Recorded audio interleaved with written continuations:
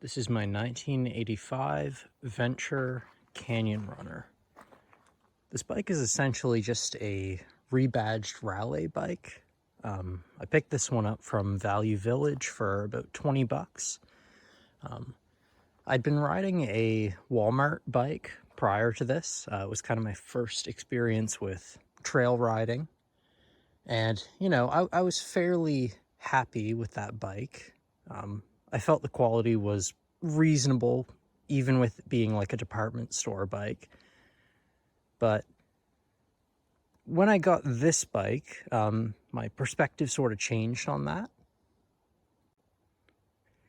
My other bike has a 1x9 drivetrain, aluminum frame, fairly lightweight.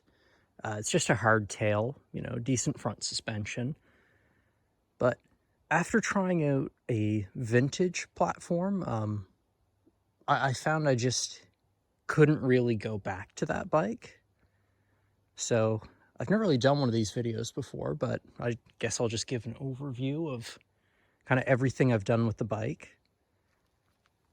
So I guess starting off, when I got this bike, it was in fairly rough shape. Everything on it was seized. It looked like it'd been sitting in a barn or something for decades. The grips on the shifters had rat chew marks on them. I still haven't gotten around to replacing those, but honestly, just having it as is fine by me. So I had to do a full rebuild on this. It was my first time rebuilding a bicycle. I'd had experience working on cars and such beforehand, so it wasn't really too much of a challenge. I found the biggest thing was just kind of keeping organized throughout the teardown, just having separate bags for all the components. I'm sure anyone who's torn apart a bicycle will know fully well what I'm talking about. This bike has a 3x6 drivetrain. It's a Shimano SIS, and it's just paired to friction shifters, which, coming from my last bike, had almost like the ratchet style where you just press a button and it shifts up or down. This was a little bit of a change of pace for me, but I actually really enjoy the friction shifters. I find they're quite smooth as long as you keep the derailleur and chain well greased. There's not really any issues there. I added this front rack as I'm thinking of doing a gravel rally later on next month. And I wanted somewhere to be able to kind of store some tools and such, just in case I have some sort of mechanical issue along the way. This bike also originally came with a set of steel wheels.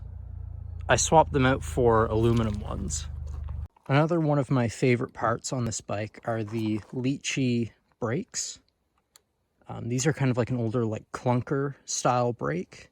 I find they've just got a nice feel to them, and I really enjoy the pull and just the overall machined quality on them. I added a set of just Amazon grips to the bike. I got this mongoose seat from a 80s road bike that I picked off of Marketplace. I had a Raleigh newer style one on it for a bit, but I switched that out for the mongoose as it's a little bit older, a bit more period correct, and I just like the feel of it a lot more for longer trails. I usually do longer distances on this bike as well, so comfort is kind of a priority. This bike uses cantilever brakes, front and rear.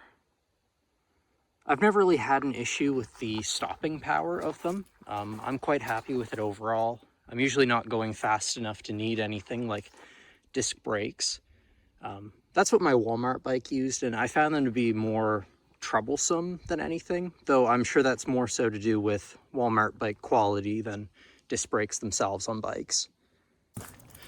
I didn't touch up anything cosmetically with the steel frame. I just cleaned it as best I could and applied a matte clear coat.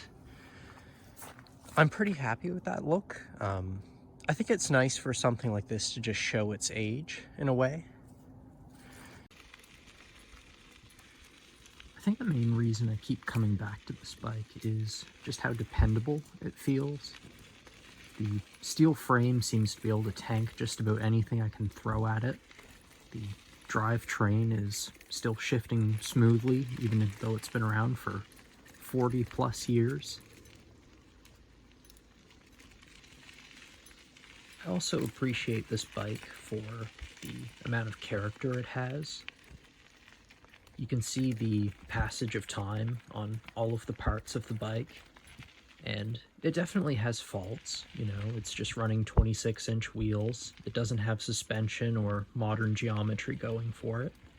But at the end of the day, it allows me to get out on the trails and see some pretty interesting things. And I think that's all that should matter.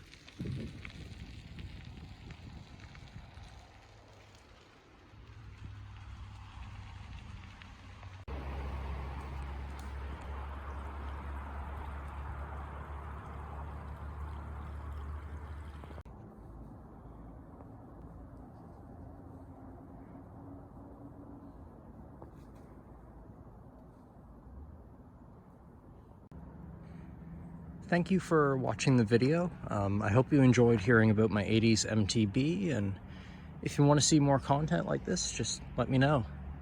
Thanks.